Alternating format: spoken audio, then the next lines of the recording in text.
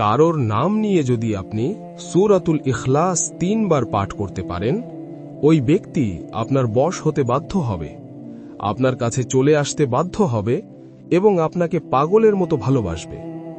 সম্মানিত দর্শক, আজকে আমরা জানব যে কারোর নাম নিয়ে আপনি এ আমলটি করলে কি হয়, কি লাভ হয় এবং লাভ কিভাবে অর্জন করতে পারবেন এবং এ আমলটি আপনারা কিভাবে করবেন।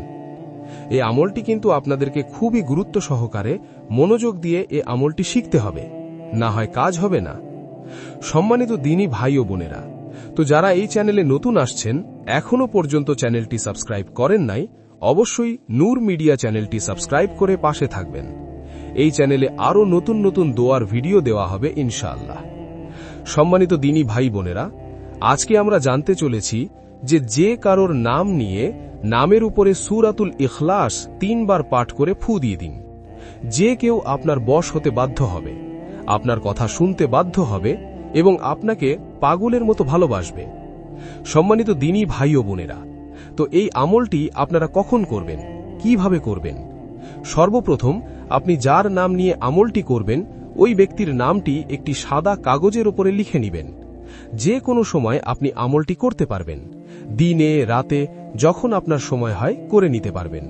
তবে যখনই করবেন, প্রতিদিন ওই সময় করার চেষ্টা করবেন।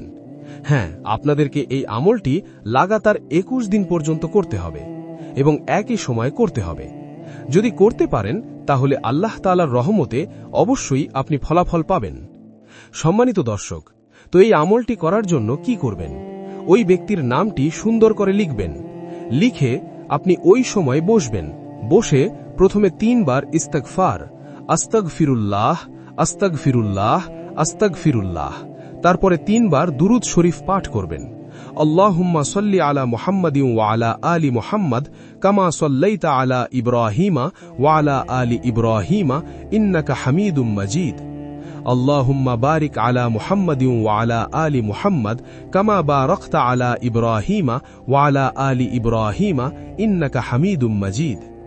এরকম ভাবে সুন্দর করে আপনারা দুরূদ শরীফ পাঠ করবেন। তারপরে আপনাদের কাজ হচ্ছে, আপনি এই যে সূরাতুল ইখলাস, কুল হুয়াল্লাহু আহাদ, এই সূরাতুল ইখলাস সহি শুদ্ধভাবে আপনাদেরকে ৩ বার তেলাওয়াত করতে হবে। আউযু বিল্লাহি মিনাশ শাইতানির রাজীম, বিসমিল্লাহির রহমানির রহিম। কুল হুয়াল্লাহু আহাদ, আল্লাহুস সামাদ, লাম ইয়ালিদ ওয়া লাম ইউলাদ ওয়া লাম ইয়াকুল লাহু কুফুয়ান আহাদ। এইরকম ভাবে সহি শুদ্ধভাবে ৩ বার তেলাওয়াত করবেন এবং শেষে ৩ বার দুরূদ শরীফ পাঠ করে ওই ব্যক্তির নামের উপরে আপনি ৩টি ফু দিবেন। তো এই হচ্ছে আমল। এই আমলটি করলে কি হবে? ওই ব্যক্তিকে উদ্দেশ্য করে যদি আপনি আমলটি করেন, তাহলে যে কেউ আপনার বশ হতে বাধ্য হবে। আপনি এর থেকে ফলাফল পাবেন ইনশাআল্লাহ, যদি আপনারা সহি শুদ্ধভাবে আমলটি করতে পারেন। তো আজকের মতো এই পর্যন্তই।